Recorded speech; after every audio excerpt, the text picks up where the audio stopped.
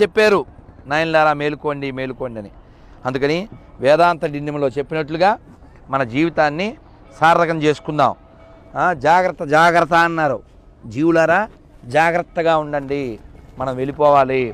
ఈ జీవితంలోంచి వెళ్ళిపోయే లోపల అదిగో ఒక పూలమాల వాడిపోయినట్లుగానే మన శరీరం కూడా వాడిపోతుంది, అలా పాడెక్కేస్తుంది. పాడెక్కే లోపల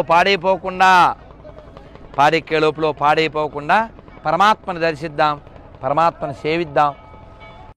వాళ్ళు ఒక్కళ్ళే శవాలా, మనం కాదా?